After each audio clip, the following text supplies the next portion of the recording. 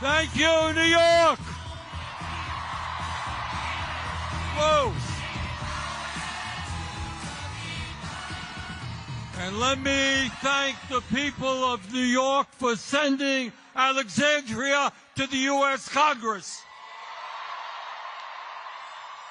She is not only one of the great members of Congress, she is inspiring working people and young people all across the country. Thank you, New York. Now, everybody knows that a New York City mayor's race attracts a lot of attention. That's not new. It's the largest city in the country. You got 8 million people. Everybody is interested in what happens here. But this mayor's race, my friends, is different. It is not just the folks here in New York City who are paying attention. It's not just people all across our country who are watching this race. It is not just the President of the United States who seems to be very, very concerned about who wins this election.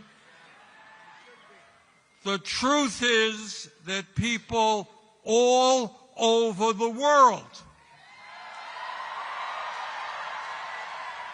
are paying attention to what will happen here a week from Tuesday. Now, why is that? Why has this campaign created such an unbelievable amount of interest, literally all over the world? And the answer is obvious. These are not normal times. This is not a normal election. This election takes place at a moment in American history when we have a rigged economy with more income and wealth inequality than we have ever had in the history of our country. This election takes place at a time when the wealthiest people in America have never, ever had it so good, while 60% of people in our country are living paycheck to paycheck, struggling to pay their rent or mortgage, struggling to afford child care or higher education for their kids, struggling to afford health care, struggling to afford decent quality food, struggling how to figure out how they will retire with some shred of dignity after working their entire lives. This election takes place when the United States of America, the wealthiest country in the history of the world, has one of the highest rates of childhood poverty and senior poverty of almost any nation. And when in this rich country, 800,000 Americans, including many veterans, are homeless. This election takes place at a time when we have a president who has given $1 trillion in tax breaks to the top 1%, has given $900 billion in tax breaks to the largest corporations in our country. And to pay for those tax breaks, he is throwing 15 million Americans off the health care they have by slashing Medicaid. And in addition, is forcing over 20 million Americans to see a doubling in their health care premiums.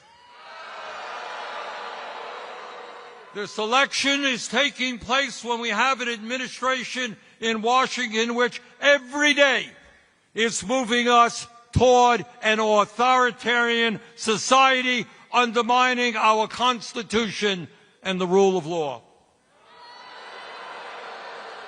This election is taking place when we have a corrupt campaign finance system which allows billionaires in both political parties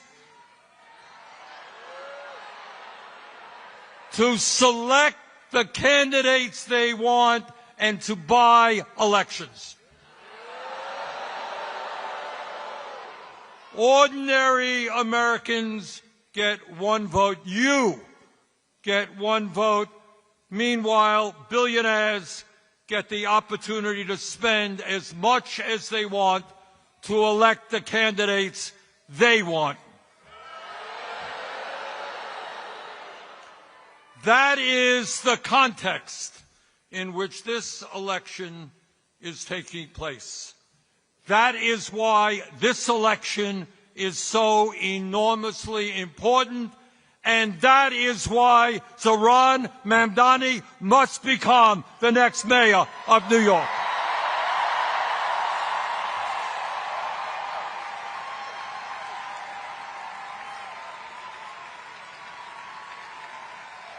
New York must have a mayor who represents the working families of this city, not the billionaire class.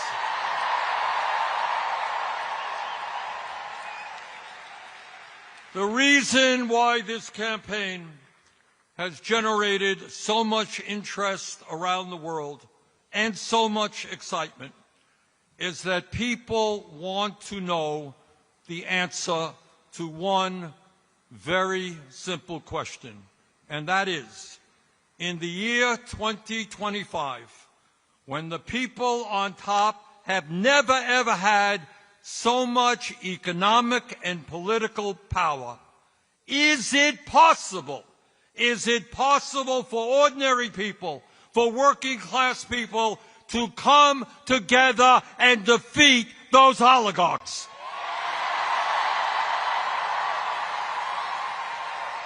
You're damn right we can.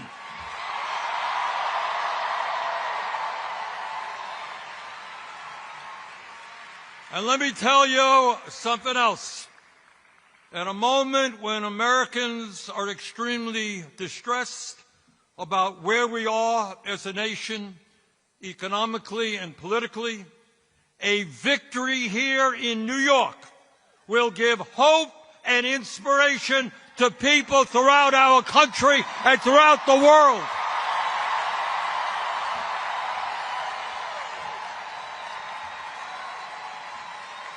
That is what this election is about. And that is why Donald Trump is paying attention to this election. Ordinary people, working class people, black and white and Latino, Asian, gay and straight, coming together to take on the oligarchy. That is Trump's worst nightmare.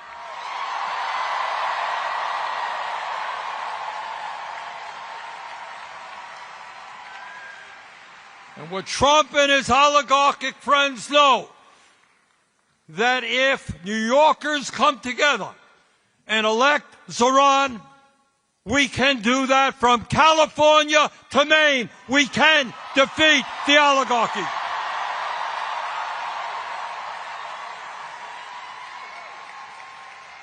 And what the oligarchs fear, what they fear is that people will start understanding that this country belongs to us, not them.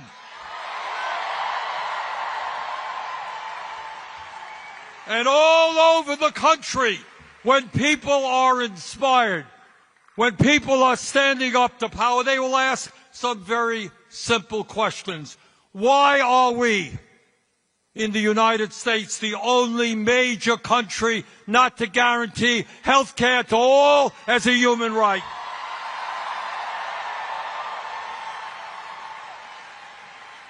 Why aren't we paying our teachers the salaries they deserve?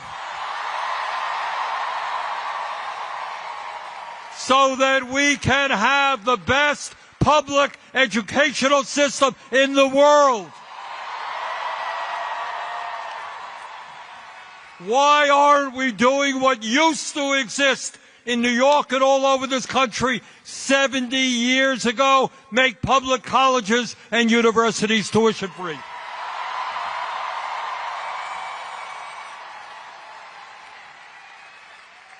Why in the richest country on earth aren't we ending homelessness and building 5 million units of low-income and affordable housing?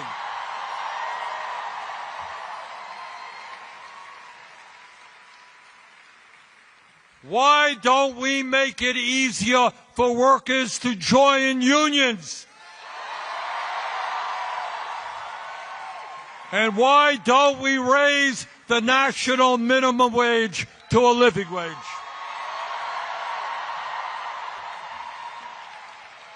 And when so many of our seniors are struggling to cover their basic needs, some 22% of seniors in America are trying to survive on $15,000 a year less. Why aren't we raising Social Security benefits and providing pensions to the workers in this country who desperately need them? And why don't we have a foreign policy which does not spend billions of dollars on a Netanyahu government starving children in Gaza?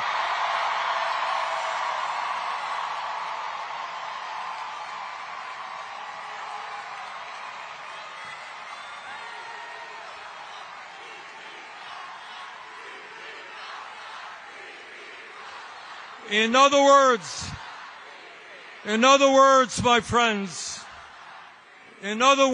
my friends, a victory for Zohran will help Americans understand that in the richest country in the history of the world, there is nothing we cannot accomplish.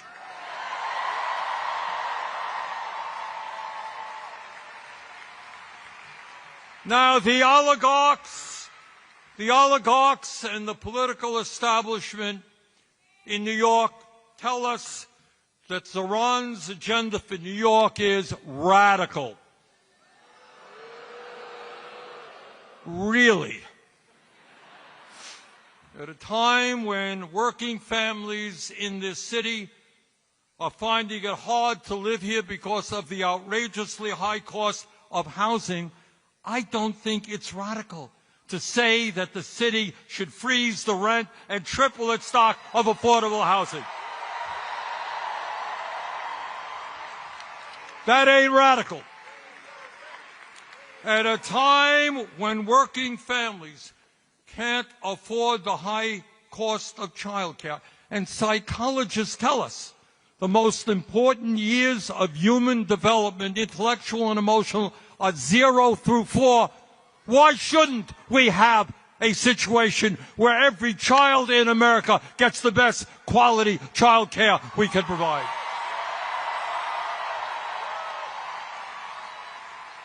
That ain't radical. Taking care of our kids is not radical. At a time when getting to work is too expensive and we want to encourage more utilization of public transportation, it is not a radical idea to say that buses in this city should be free and fast.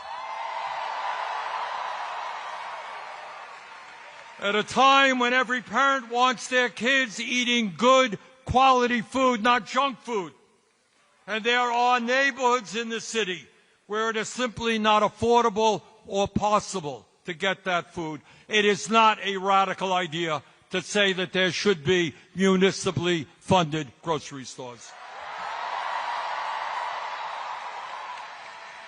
And by the way, when billionaires and large corporations and the very wealthy are doing extraordinarily well, when the very richest people in this country often pay an effective tax rate lower than truck drivers or nurses. It is not a radical idea to say that the rich should start paying their fair share of taxes.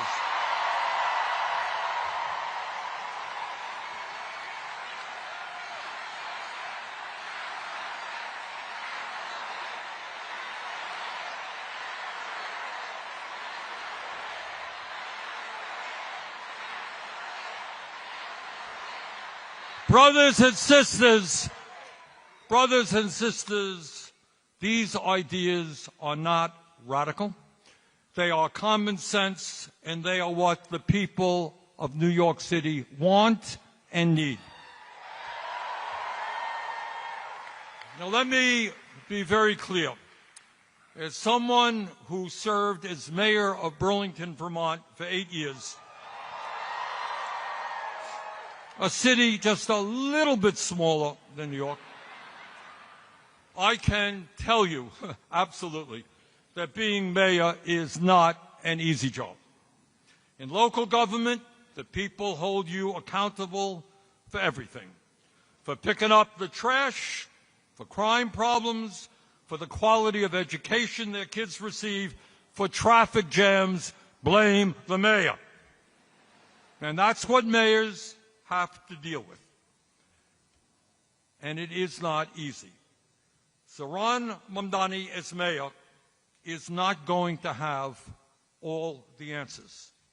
The problems facing this country and every other major city in America are in fact enormous. So let me say this to you from the bottom of my heart. When he is elected,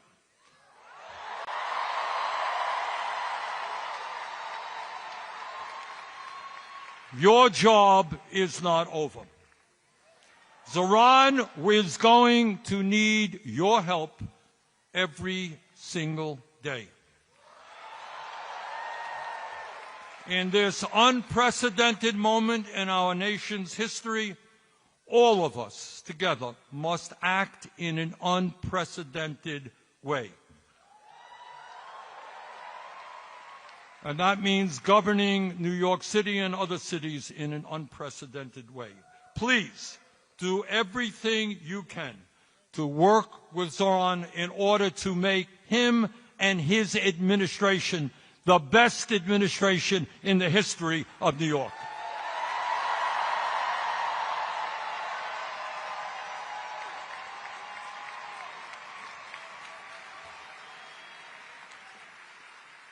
Let me conclude by saying this, and I say this again as somebody who became mayor of Burlington, Vermont in 1981 by winning that election by 10 votes after a recount. Now, I have looked at the polls here in New York. You have seen it. And the polls suggest that Zohran is in the lead, and that is great. But please, please, please, do not underestimate our opponents. They have a huge amount of money, and they are spending it right now. So I urge you, forget about the polls. Go into the last 8 days of this election assuming that you are 5 points behind.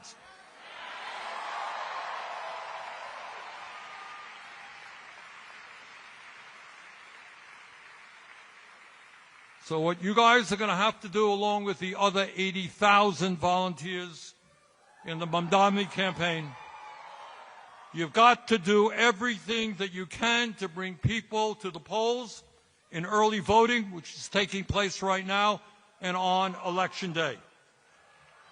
None of us want to wake up the day after the election and find that we lost that election because our opponents outworked us. That must not happen.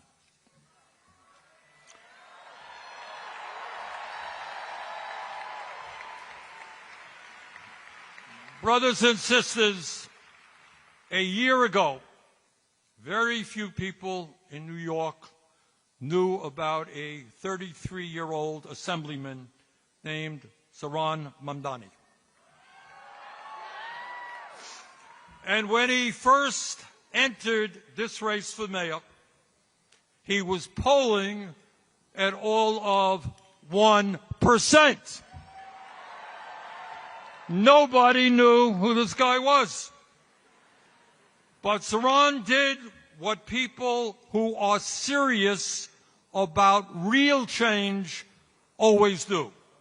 He created a campaign from the bottom on up by building an extraordinary and unprecedented grassroots movement which now has tens of thousands of volunteers.